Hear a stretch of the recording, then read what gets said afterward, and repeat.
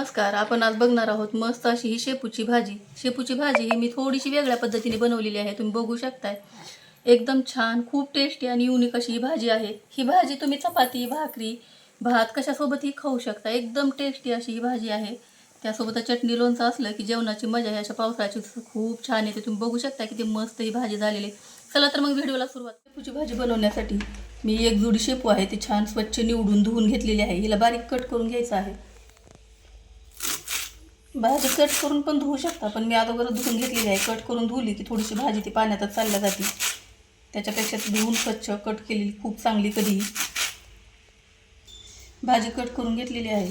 त्याचबरोबर मी इथे 7-8 हिरव्या मिरच्या घेतल्यात आणि 10-12 ह्या लसणाच्या पाकळ्या घातल्या. त्या आपल्याला ठेचून घ्यायच्या आहेत. लसूण मिरची सोबतच ठेचून घ्यायचं.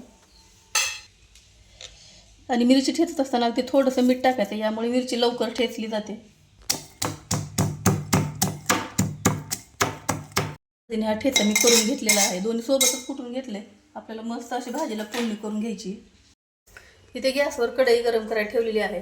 यातच फोडणीसाठी 1-1.5 चमचा तेल टाकून घेते. इथे फोडणीमध्ये पहिले मोहरी टाकून घेते. मोहरी तडतडल्याच्या नंतर आपल्याला जिरे टाकून घ्यायचे आहेत. मोहरी तडतडली, आता जिरे टाकून घेते. जिरे पण छान फुलले की आपण करून घेतलेला हिरव्या मिरचीचा ठेचा आहे, हिरवी मिरची लसूण तो टाकून घ्यायचा आणि तेलामध्ये छान असा परतून घ्यायचा आहे. ठेचा आणि मिरची छान अशी तेलामध्ये परतून झालेली आहे. एकदम जास्त लाल होऊ द्यायचं नाही. थोडंसं परतून झालं की आपल्याला जी चिरून घेतलेली आहे ती भाजी यात टाकून घ्यायची.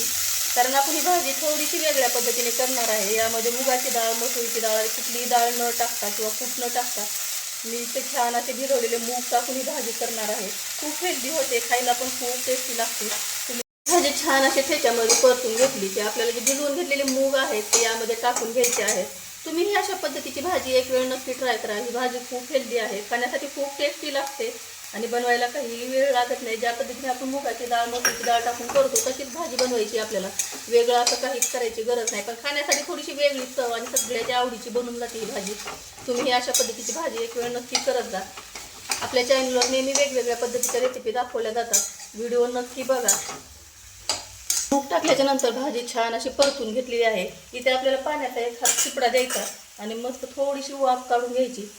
अगदी आपल्या हातात येतं तेवढंच पाणी टाकायचं. या वाफेवरच आपल्याला मूग असे मूग होतील इतपत पाण्याचा वापर करायचा आहे. त्यावर झाकण ठेवायचं आणि 5 मिनटं छान दणदणीत वाफ काढून घ्यायची. आणि आपल्या भाजीला छान अशी वाफ आलेली आहे. मी प्लेट काढून घेते. बघू शकता किती छान वाफ आलेली आहे. एकदम मस्त अशी भाजी झालेली आहे. पण आपले मूग थोडेसे कसरट आहेत म्हणून परत याला परतून घ्यायचं. आणि भाजी आपल्याला माहिती आहे आता किती कमी झाली, त्या हिशोबाने आपल्याला इथं चवीप्रमाणे मीठ टाकून घ्यायचं आहे. मीठ सुरुवातीला टाकलेलं नाही, एकदम छान भाजीला वाफ आल्याच्या नंतरच इथे मीठ टाकून घ्यायचं. कारण पालेभाजीला मीठ जे आहे ते थोडंसं शेवटच्या टाईमला टाकायचं. इथे मीठ टाकून परतून घेतलेलं आहे. परत एक पाण्याचा हात शिपडा द्यायचा आणि परत थोडीशी वाफ काढून घ्यायची. मूग थोडेसे कचरट आहेत, आणखीन थोडेसे पाण्याचा शिंपडा देऊन मुगाला छान अशी वाफ काढून घ्यायची आहे. त्यामुळे मूग एकदम छान मूग होतात आणि भाजी खूप टेस्टी लागते. परत झाकण ठेवून 2 मिनटं आपल्याला ही भाजी शिजवून घ्यायची आहे. हे 2-3 मिनिट झालेले आहेत. परत आणखी बघू शकता आपली भाजी एकदम मस्त अशी रेडी झालेली आहे.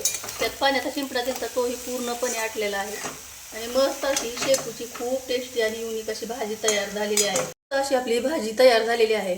तुम्हाला जरी शेपूच्या भाजीची रेसिपी आवडली असेल तर व्हिडिओला लाईक करा, शेअर करा. चॅनलवर पहिली वेळ असाल तर चॅनलला सबस्क्राईब करा. व्हिडिओ पाहिल्याबद्दल धन्यवाद. थँक्यू.